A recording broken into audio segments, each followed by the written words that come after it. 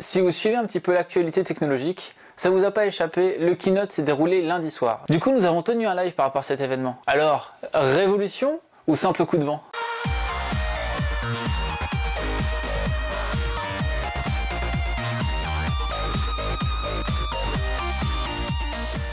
Salut à tous, c'est Léo de la chaîne TechMaker. Aujourd'hui on se retrouve pour le récapitulatif de la keynote qui s'est déroulée lundi dernier, dans laquelle il y a eu 3 produits, voire même plutôt 2,5 qui ont été présentés. Je vous mets dans la description le lien vers la VOD que nous avons faite avec l'ami Guy lors de cet événement, si vous souhaitez le revoir tout simplement ou voir les réactions que nous avons eues en live. Avant de parler des produits, Apple a passé un certain temps pour parler recyclage ainsi qu'écologie par rapport à ces différentes boîtes, comme quoi les boîtes sont faites avec des matières recyclées, ainsi que l'avancée dans la recherche médicale et qu'Apple veut devenir un facteur fort par rapport à cette recherche. Je vais pas trop m'étaler là-dessus parce que ça peut faire débat et je préfère le garder pour mon prochain épisode de TLDR.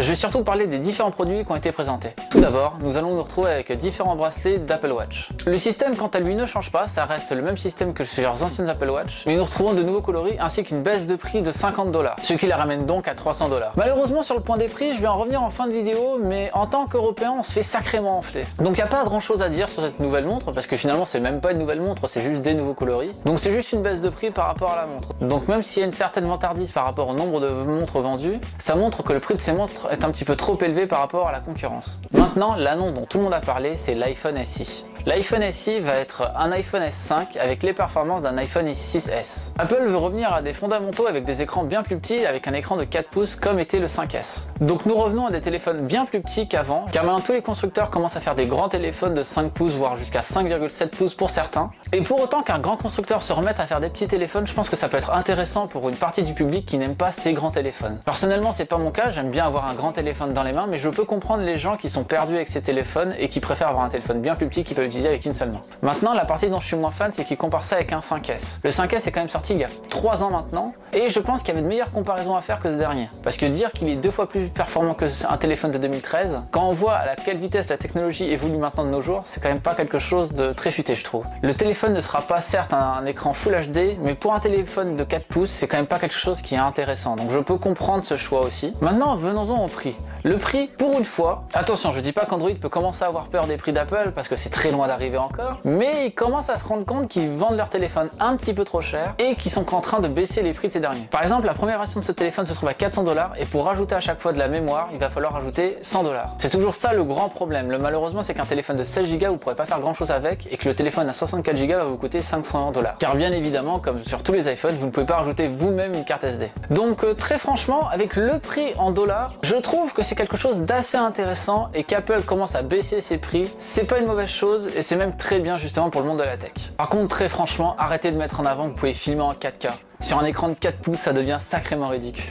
Enfin, le gros flop de la soirée était l'iPad Pro mini. Pourquoi mini? Parce que par rapport à son grand frère qui est fait 12,9 pouces, celui-là va se retrouver à 9,7 pouces. Et malheureusement, il a les mêmes problèmes que son grand frère, c'est-à-dire qu'il veut remplacer le PC mais qu'il ne pourra pas le faire. Parce que c'est bien beau de faire beaucoup de blagues au niveau de la conférence en mode oui, on va remplacer tous les ordinateurs par des iPad Pro parce que c'est vraiment ce qu'on peut utiliser au jour le jour, mais les performances de cet ordinateur sont bien trop faibles pour un prix bien trop élevé. Du coup, on sait pas trop comment Apple veut se placer avec ce nouvel iPad Pro de 9,7 pouces parce qu'étant donné qu'il voulait faire un modèle plus grand, l'ancien modèle qui était de 12,9, pourquoi retourner sur des modèles un petit peu plus petits si c'est pour avoir des grands écrans pour pouvoir remplacer les ordinateurs? Je pense qu'Apple ne sait pas trop quoi faire avec ce produit et essaie de lui trouver une nouvelle alternative, mais en tout cas au prix proposé c'est clairement pas intéressant et vous aurez clairement mieux en tant que PC ou même en tant que MacBook tout simplement. Donc justement les prix c'est qu'on va commencer à 600 $ pour une version de 16 Go et on va devoir passer avec 150 $ supplémentaires pour être une version 128 Go. C'est-à-dire quand même qu'il va falloir plus d'1 $ par giga pour pouvoir améliorer sa version. Et encore une fois, vous ne pourrez pas la changer vous-même. Il va falloir absolument pouvoir changer la mémoire directement lors de votre achat. Autant je peux comprendre des gens qui puissent aimer l'iPhone SE parce que ça peut être intéressant au niveau d'avoir un téléphone bien plus petit,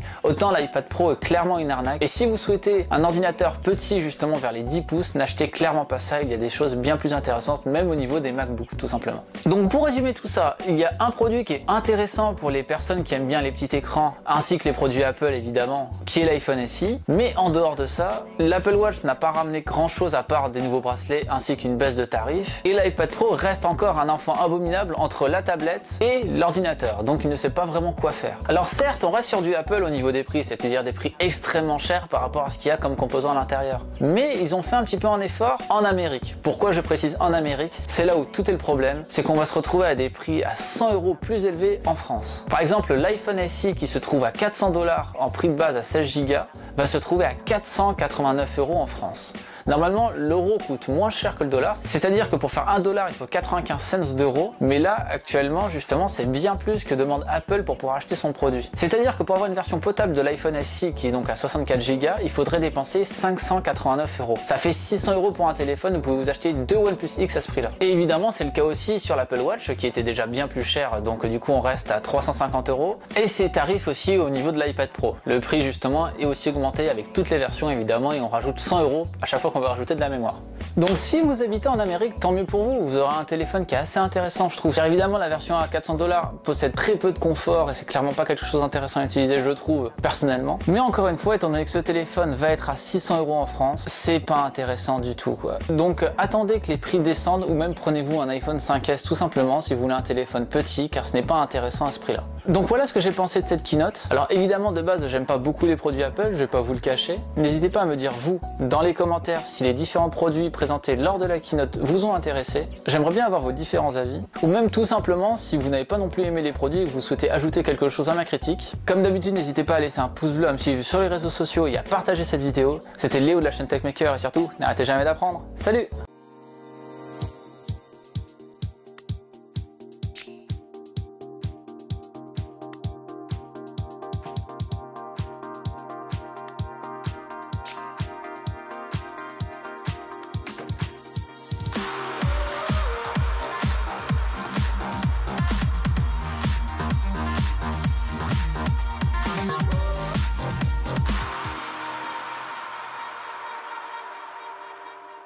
Apple n'avait pas dit qu'ils voulaient créer leur propre casque VR déjà? Étant donné que l'Oculus Rift ne fonctionnera pas dessus. Ah, ils ont dû se rendre compte eux-mêmes que leur matos suffirait pas.